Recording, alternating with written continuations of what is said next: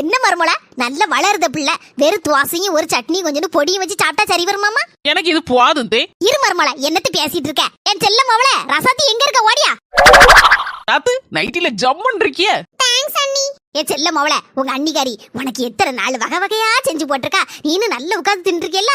அவ இப்போ ஒரு துவாசையும் சட்னியும் வச்சு தின்னுட்டு இருக்கா. ஒரு முட்டை எதுவும் ஆம்லெட் கிம்லெட் போட்டு கூட. அண்ணி உங்களுக்கு என்ன வேணும்? ஆம்லெட் வேணுமா பொம்ப்ளேட் வேணுமா?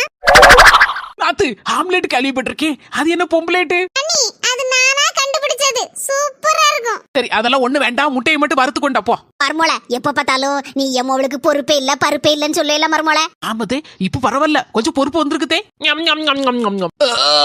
மருமோள துவாசி தின்னு யாபமும் விட்டுட்ட.